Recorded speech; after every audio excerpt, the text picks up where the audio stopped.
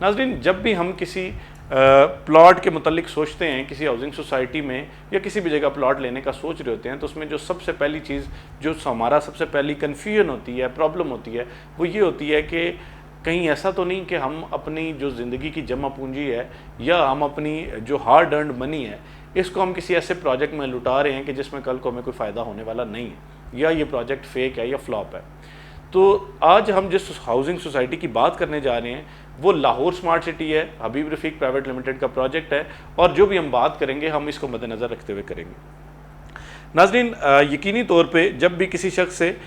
یہ کہا جاتا ہے یا وہ فیصلہ کرتا ہے کہ وہ کسی ایک ہاؤسنگ سوسائٹی میں اپنا پلاٹ بک کروا لے اور انسٹالمنٹ پہ اس کی انسٹالمنٹس دیتا جائے وقت کے ساتھ ساتھ، اور اس کے بعد جو ہے وہ اس کو پلاٹ اس کو ڈیلیور کر دیا جائے، اس کا پوزیشن مل جائے تاکہ اس کا ایک اثاثہ بن جائے، تو سب سے پہلی جو سوچ ہمارے ذہن میں آتی ہے وہ یہ آتی ہے کہیں یہ لوگ فراڈ تو نہیں ہیں۔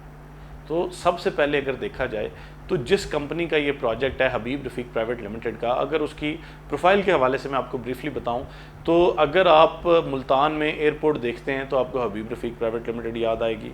اگر آپ موٹر ویز کو دیکھتے ہیں تو آپ کے ذہن میں حبیب رفیق پرائیویٹ لمیٹڈ آئے گی، اگر آپ جو ہے وہ اسلام آباد میں کنونشن سینٹر کو دیکھیں گے تو آپ کے ذہن میں حبیب رفیق پرائیویٹ لمیٹڈ آئے گی۔ اس کے علاوہ گزشتہ دور میں جو انرجی سیکٹر میں حبیب رفیق پرائیویٹ لمیٹڈ کی کنٹریبیوشن ہے وہ کسی سے ڈھکی چھپی نہیں ہے، کیونکہ پاکستان میں جتنے بھی گزشتہ دور میں پاور ہاؤسز لگے ہیں ان کی ڈیولپمنٹ میں ان میں ایک جو اصل کردار ہے وہ حبیب رفیق پرائیویٹ لمیٹڈ کا ہے۔ حبیب رفیق پرائیویٹ لمیٹڈ ناظرین گزشتہ 60 سال سے پاکستان کے ڈیفرنٹ سیکٹرز میں اپنی خدمات سر انجام دے رہی ہے۔ اب آپ یہ سوچ رہے ہوں گے کہ یہ تو چلیں ان کی کنٹریبیوشنز ہو گئیں، ہاؤسنگ سیکٹر میں انہوں نے کیا کیا؟ اگر آپ ناظرین بیریہ ٹاؤن کی طرف دیکھیں گے تو بیریہ ٹاؤن اسلام آباد اور لاہور میں جو ڈیولپمنٹ اس کی ہوئی ہے اس میں حبیب رفیق پرائیویٹ لمیٹڈ نے کلیدی کردار ادا کیا ہے۔ آپ ڈیفنس ہاؤسنگ سوسائٹی کو دیکھتے ہیں تو اس کے بعد بھی آپ کے ذہن میں یہ چیز آئے گی کہ حبیب رفیق پرائیویٹ لمیٹڈ نے کتنی اچھی اور کتنی معیاری ڈیولپمنٹ کی ہے۔ اس کے علاوہ لاہور میں آپ لیک سٹی کو دیکھتے ہیں تو لیک سٹی کی بھی ڈیولپمنٹ، خوبصورت ڈیولپمنٹ اور بہترین ڈیولپمنٹ حبیب رفیق پرائیویٹ لمیٹڈ نے ہی کی ہے۔ اس کے بعد ہمارے ذہن میں جو اگلا سوال آنا چاہیے یا آئے گا وہ یہ ہے کہ یہ تو انہوں نے دوسرے لوگوں کو یعنی بیریہ کو ڈیولپ کر دیا، ڈی ایچ اے کو ڈیولپ کر دیا، لیک سٹی کو ڈیولپ کر دیا، تو اپنا کوئی ہاؤسنگ پروجیکٹ انہوں نے کون سا کیا؟ اگر ان کے اپنے ہاؤسنگ پروجیکٹس کے متعلق بات کی جائے تو Royal orchard Sargodha, Royal orchard Sahiwal اور رائل آرچرڈ ملتان یہ ان کے مایہ ناز پروجیکٹس ہیں۔